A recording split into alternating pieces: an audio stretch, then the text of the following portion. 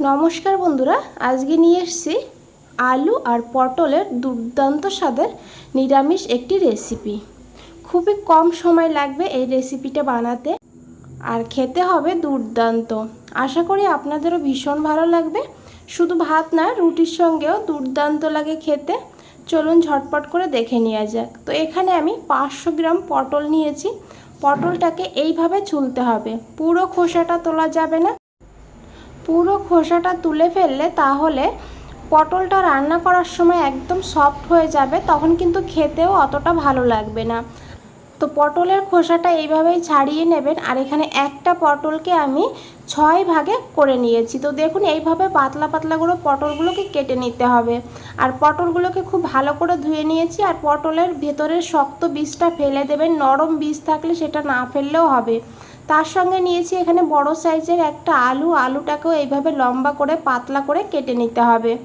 আর এদিকে কড়াই বসিয়ে দিয়েছি। কড়াইতে দিয়ে দেবো 2 চামচ সর্ষের তেল। আমি সর্ষের তেলে রান্নাটা করেছি, তবে সর্ষের তেলে রান্নাটা করবেন তাহলে টেস্টটা কিন্তু দুর্দান্ত হবে।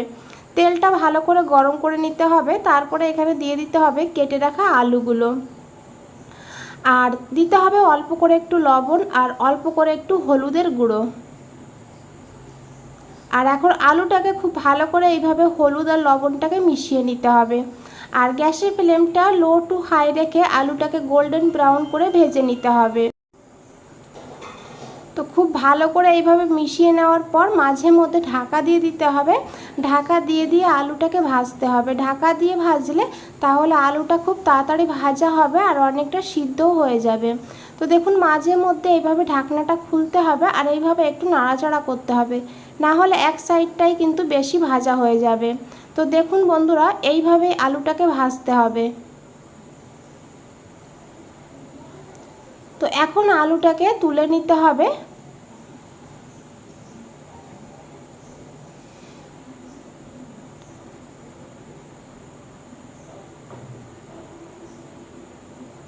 তো এখানে আমি আলুটাকে তুলে নিয়েছি। আর এখন এই তেলের ভেতরেই দিয়ে দেবো কেটে রাখা পটলগুলো।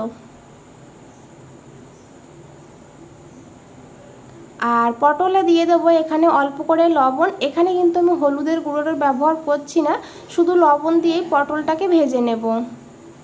তো এইভাবে পটলটাকে নাড়াচাড়া করতে করতে মিডিয়াম ফ্লেম করে পটলটাকে ভেজে নেব।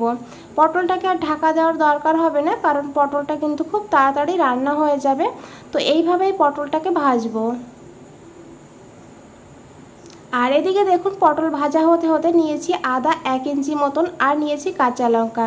কাঁচা লঙ্কার পরিমাণটা আপনারা বাড়িয়ে কমিয়ে নিতে পারেন। তো এই কাঁচা লঙ্কার আদাটাকে আমি বেটে নিয়েছি। আর এদিকে দেখুন, পটলটাও বেশ ভালোভাবে ভাজা হয়ে গিয়েছে। তো এইভাবেই বন্ধুরা পটলটাকে ভেজে নিতে হবে। আলাদা আলাদা করে ভাজবেন, তাহলে কিন্তু টেস্টটা দুর্দান্ত হবে। আর একসঙ্গে ভাজলে তখন কিন্তু আলুটা অত ভালো করে ভাজা হবে না। তো ওই জন্য আমি আলাদা আলাদা করে ভেজে নিয়েছি। এখন এই পটলগুলোকে তুলে নিতে হবে। আর এই কড়াইতেই দিয়ে দিতে হবে আরও 2 চামচ সর্ষের তেল। তেলটাকে গরম করে নিতে হবে। তারপরে দিয়ে দিতে হবে 1/2 চামচ কালো জিরা, আর দিতে হবে একটা শুকনো লঙ্কা। 2 ভাগে দিয়ে দিয়েছি, 2 ভাগ করে। আর দিয়েছি 2টো এলাচ, 2টো দারচিনির টুকরো। আর একটু ভেজে নিতে হবে মশলাটাকে। তারপরে এখানে দিয়ে দিতে হবে আদা বাটা। আদাটাকে দেওয়ার পর সঙ্গে সঙ্গে ঢাকা দিয়ে দেবেন, না হলে খুব ছিটাবে। তো লো ফ্লেমে ঢাকা দিলে কিছু সময় পরে দেখবেন ছিটানোটা বন্ধ হয়ে যাবে। তারপরে ঢাকনাটা খুলে এইভাবে আদাটাকে একটু কষিয়ে নিতে হবে, আদার কাঁচা গন্ধ যাওয়া পর্যন্ত। তো দেখুন বন্ধুরা, এখানে আমি আদাটাকে কষিয়ে নিয়েছি, আদার কাঁচা গন্ধটা কিন্তু চলে গিয়েছে। আর এখন এখানে দিয়ে দিতে হবে টমেটো। এখানে একটা টমেটো নিয়েছি এইভাবে ছোট করে কেটে। সঙ্গে দিয়ে দিতে হবে পরিমাণ মতন লবণ। এই রেসিপিতে যতটা লবণের প্রয়োজন আমি কিন্তু দিয়ে দিয়েছি। দিয়ে খুব ভালো করে মিশিয়ে নিতে হবে। টমেটো সফট হওয়া পর্যন্ত টমেটোটাকে ভেজে নিতে হবে।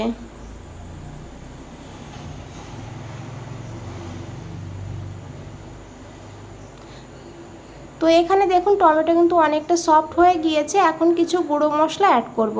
তো এখানে প্রথমেই দিয়ে দেব 1/2 চামচ ধনিয়ার গুঁড়ো, 1/2 চামচ জিরের গুঁড়ো, 1/2 চামচ হলুদের গুঁড়ো, হাফ চামচের একটু বেশি কাশ্মীরি লঙ্কার গুঁড়ো নিয়েছি কালারের জন্য, না চাইলে না দিলেও হবে। আর দিয়েছি অল্প করে জল। জলটা দিয়ে খুব ভালো করে মিশিয়ে নিতে হবে। আর মশলাটাকে এখন কষিয়ে নিতে হবে যত সময় না মশলা থেকে তেল ছাড়ছে। এদিকে একটা মশলা বানিয়ে নিয়েছি, দেখুন নিয়েছি 2 চামচ সর্ষে। এখানে আমি হলুদ সর্ষে নিয়েছি এই চামচের। তো এখানে হলুদ সর্ষে যদি না থাকে তাহলে 1 চামচ কালো সর্ষে নিলেও হবে। সঙ্গে নিয়েছি 10টা মতন কাজু বাদাম একসঙ্গে পেস্ট করে নিয়েছি। আর এখানে কালো সর্ষে নিলে তাহলে একটু লবণ আর একটা কাঁচা লঙ্কা দিয়ে বেটে নেবেন, তাহলে কিন্তু তেতো হবে না। তো এদিকে দেখুন আমি মশলাটাকে ঢাকা দিয়ে দিয়েছিলাম, আর মশলাটা কিন্তু বেশ ভালোভাবে কষানো হয়ে গিয়েছে আর মশলা থেকে তেলও ছেড়ে দিয়েছে। এখানে লাইটটা নেই তার জন্য এখানে একটু অন্ধকার দেখা যাচ্ছে। তো এইভাবেই আমি যেভাবে বানিয়েছি আপনারাও এইভাবে বানিয়ে নেবেন, দেখবেন খেতে দুর্দান্ত হবে। তারপরে দিয়ে দিতে হবে এখানে সর্ষে আর কাজু বাদাম বাটা, অল্প করে জলও দিয়ে দিয়েছি। আর এখন খুব ভালো করে এইভাবে মিশিয়ে নিতে হবে। আর যত সময় না এই মশলার থেকে তেল ছাড়ছে তত সময় এই মশলাটাকে কষিয়ে নিতে হবে। তো এখানে 2 মিনিট কষিয়ে নিয়েছি আর মশলার থেকে তেলও ছেড়ে দিয়েছে। তো এখন এখানে দিয়ে দিতে হবে ভেজে রাখা আলু আর পটল। আর এখন খুব ভালো করে মশলার সঙ্গে মিশাতে হবে যাতে এই পটলের ভেতরে খুব ভালো করে মশলাগুলো ঢুকে যায়। আর এইভাবে মিশিয়ে নেওয়ার পর এখানে দিয়ে দিতে হবে কয়েক দানা চিনি। চিনিটা দিলে টেস্টটা ব্যালেন্স হবে, তো চিনিটা অবশ্যই দিয়ে দেবেন, নিরামিষ যেহেতু রান্না এটা। আর চিনিটা দিয়ে খুব ভালো করে মিশিয়ে নিতে হবে। আর এখন এখানে দিয়ে দিতে হবে জল, হালকা গরম জল দিয়ে দিয়েছি। আর যে থালাতে আমি আলু আর পটলটাকে রেখেছি সেই থালাটা ধুয়ে জলটা দিয়ে দিয়েছি। জলটা খুব বেশি দেবেন না, কারণ এই রান্নাটা একটু মাখো মাখো হবে, একদম মাখোও হবে না আর একদম ঝোলও হবে না, সেইভাবে জলটা দেবেন। দিয়ে খুব ভালো করে মিশিয়ে ঢাকা দিয়ে 5-6 মিনিট রান্না করতে হবে মিডিয়াম ফ্লেমে। তারপরে ঢাকনাটা খুলে নিতে হবে আর খুব ভালো করে একটু মিশিয়ে নিতে হবে। এখানে দেখুন আলুটা কিন্তু একদমই সিদ্ধ হয়ে গিয়েছে আর পটলটা তো সিদ্ধ হয়েই গিয়েছে। তো আমি একটু দেখিয়ে দিই আপনাদের। আর এখন এখানে দিয়ে দিতে হবে কাঁচা লঙ্কা আর দিতে হবে 1 চামচ সর্ষের তেল, দিয়ে খুব ভালো করে মিশিয়ে নিতে হবে। তারপরে 2 মিনিট লো ফ্লেমে রান্না করতে হবে। আর তারপরে গ্যাসের ফ্লেমটা অফ করে 5 মিনিট স্ট্যান্ডিং টাইমে রেখে দিয়েছিলাম। দেখুন কতটা লোভনীয় লাগছে। আর এইভাবে বানিয়ে দেখুন, খুবই ভালো লাগে খেতে, এটা রুটির সঙ্গেও দুর্দান্ত লাগে। বন্ধুরা রেসিপিটা ভালো লাগলে অবশ্যই একটা লাইক দিয়ে দেবেন। নতুন বন্ধুদের বলছি চ্যানেলটা এখনও সাবস্ক্রাইব করে না রাখলে চ্যানেলটা সাবস্ক্রাইব করে পাশে থাকুন। আর নিচে বেল আইকনটা আছে প্রেস করে রাখুন, যখনই নতুন কোনো রেসিপি দেব সবার আগে আপনাদের কাছেই পৌঁছে যাবে। বন্ধুরা আজ তাহলে এই পর্যন্তই, ফিরে আসছি নতুন কোনো রেসিপি নিয়ে। ভালো থাকবেন, সুস্থ থাকবেন। ধন্যবাদ আপনাদের সবাইকে।